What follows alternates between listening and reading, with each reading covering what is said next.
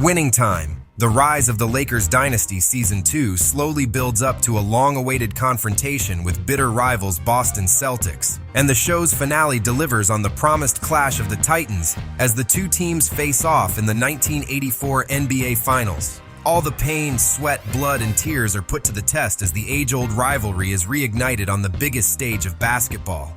Here is everything you need to know about the finale and sadly the ending of Winning Time.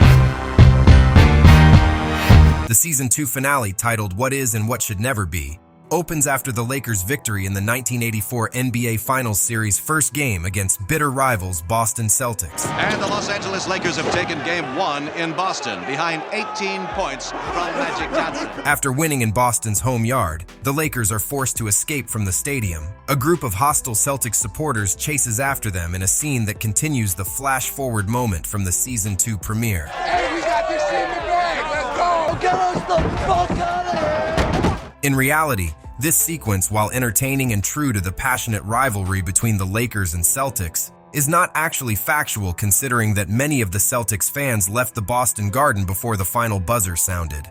The Lakers did in fact win that game but calmly walked off the court once it was over. On the bus, the Lakers celebrate their victory, but head coach Pat Riley encourages the team not to lose focus. Magic Johnson is flying high after the win, but Riley takes the time to humble his star player. Fuck them on their own flow. They gonna be even madder when we up 2-0. We landed the first punch, but they're back right now making adjustments. Game 2, they're gonna come out throwing haymakers. You start focusing on that. I appreciate the words, I do, but you ain't gotta worry about me. In Game 2, the Lakers have a slender lead but lose it in its final moments. And Worthy throws it away. Henderson with a steal, and Celtics tie the game. Oh my. However, with possession still with them, the Lakers are poised to win the game and lead the final series 2-0, a lead that has never been overturned in the finals. Just give me the rock and get out the way, man. Hey, let's go, let's go. Fuck, breathe. However, with seconds to play, Magic freezes, forcing the game into overtime where the Celtics mount a comeback and level with the Lakers after winning the game. 2 seconds. 1 second.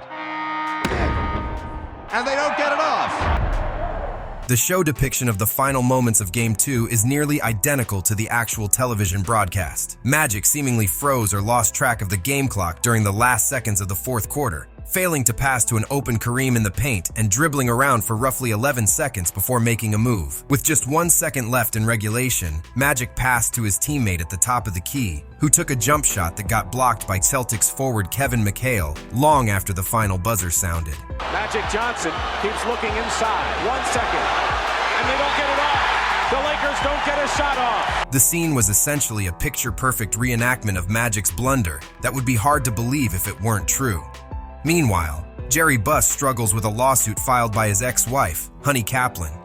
On the other hand, Red Auerbach gloats about his team's victory and explains the key to success is building a machine greater than any single player, coach, or executive. Great players, they come and go. But deep down, they all know that what we got here is bigger than any of them. That's why when Bird's gone, there'll be another. How about when you go? Not worried at all. I built it to be bigger than me. Later, Magic speaks with Jerry West about his freezing moment in the second game. However, West advises Magic to ignore the noise and clear his head.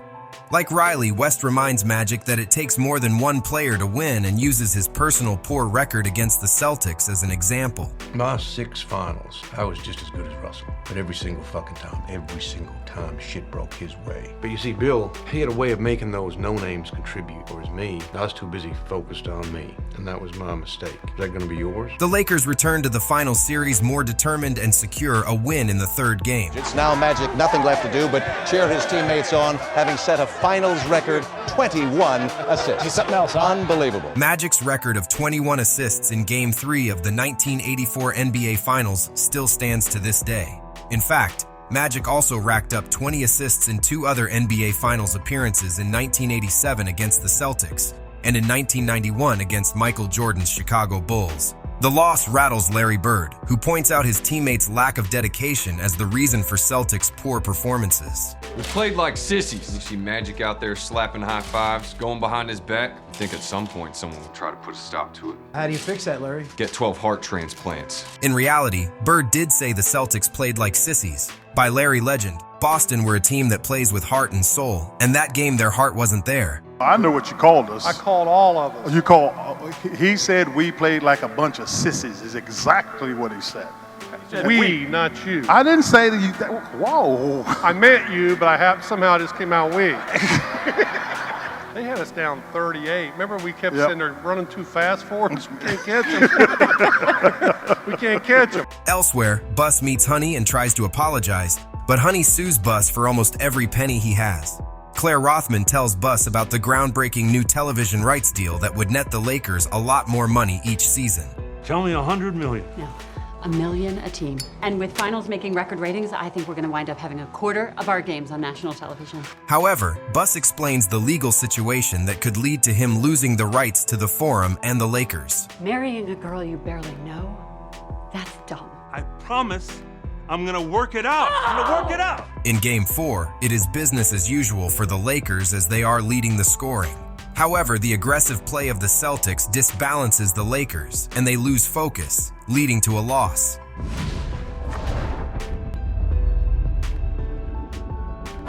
Game. Well, the Celtics win, and once again, the Lakers snatch defeat from the jaws of victory. Game 4 elevated the physical contact and aggression between the Celtics and Lakers, highlighted by McHale's inadvertent clotheslining of Lakers power forward Kurt Rambis. Larry, man, I'm sorry. I apologize and I break your fucking neck. We got him. Larry Bird is depicted as the instigator of the roughhousing in Winning Time, which is congruent to his notoriously rowdy on-court tendencies. One of them two should be limping. Stop staring at the fucking floor. Can't be throwing those bows, Kareem. What you gonna do about it? I'll kick your fucking ass, white boy. You think I'm fucking scared? Yeah, come on, Kareem. He's going for a fucking rebound.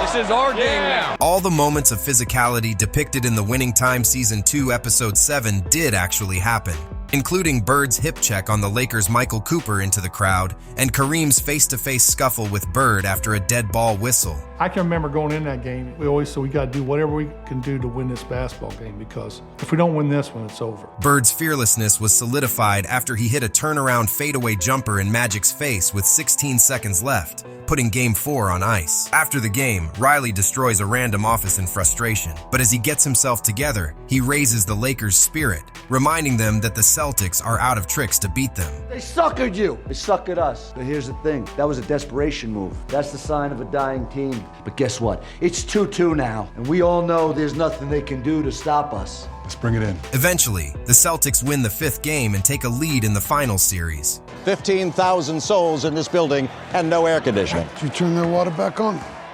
Just the hot.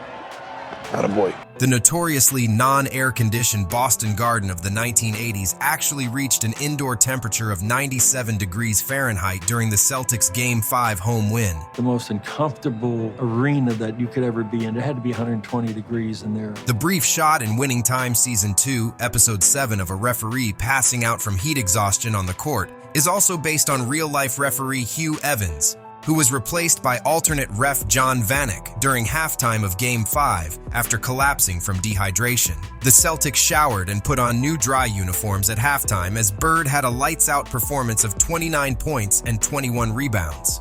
Kareem said of the Heat in the Garden to Sports Illustrated, "To appreciate what it was like out there, try taking a sauna with all your clothes on, then do 100 push-ups and run up and down the court for 48 minutes." After Game 5, Jerry Buss becomes depressed with the outcome and the lawsuit against him. However, after Jeannie Buss learns about the lawsuit, she confronts her father and encourages him to attend Game 6 as a sign of refusing to give up on his dream. The Lakers won the 6th game on the backs of a strong performance by the captain Kareem with support from Magic. Kareem had struggled with migraines since the age of 14 and experienced one so severe before the start of Game 6 of the NBA Finals that he almost didn't play. As a Muslim, I say you was out partying all night. That bad, huh? Like knives. But that's not why you're in here. You're worried I'm not gonna play. When you hear something crazy and I'm in pain like this, take it out on punk-ass white boys. Remarkably, Kareem overcame the severe migraine to lead the Lakers in scoring in their Game 6 victory at the Forum, racking up 30 points and 10 rebounds and setting the stage for a Game 7 in Boston. After we find out where Larry Bird got his savage trash talk from. You know, that's why Magic is my second favorite player. You can say first, I won't be offended. Oh, yes, he will. Besides, my first is Bill Laimbeer. His mom manages to cheer him up after the Game 6 loss. With payback on his find, Bird's focus is undeterred despite the Celtics starting out on a back foot. On the other hand, the Lakers are under pressure considering their record of never winning a finals against the Celtics. Preparing the 7th and final game of the 1984 NBA Finals series, Pat Riley psychs up his players and reminds them of the bitter rivalry between the two teams. You got 48 minutes to settle a score that started long before you ever put on that Lakers uniform. Can't give a fuck about that. Moreover, Riley insists the players give their best on the court so they cannot have any regrets later on. Ultimately, the deciding game of the 1984 NBA Finals is enthralling as both sides give it their all. Although the Lakers made an impressive run late in the fourth quarter that dropped a 14-point deficit to just 3 points. Slam dunk! What'd I fucking tell you? Oh my! The Celtics weren't about to let the championship run away from them on their home court and clinch their 15th NBA title. And the celebration has begun in Boston. It's over. And the Boston Celtics are the NBA World Champions. Bird averaged 27 points and 14 rebounds during the fantastic series and was named NBA Finals MVP.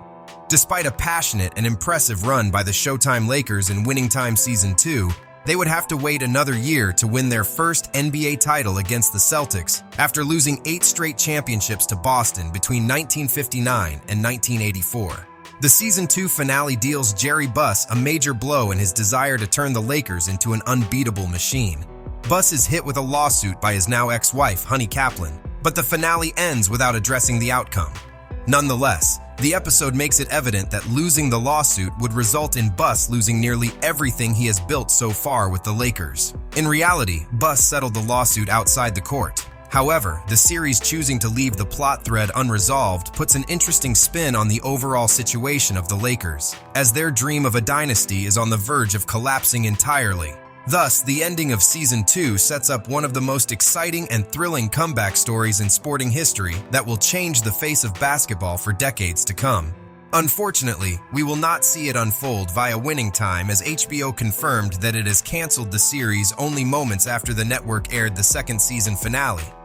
Tell us in the comments what are your favorite Winning Time moments. And if you enjoy this video, hit the like button, share, and subscribe. For even more basketball content, subscribe to our other channels, Free Dawkins and Vintage Dawkins, and follow us on social media.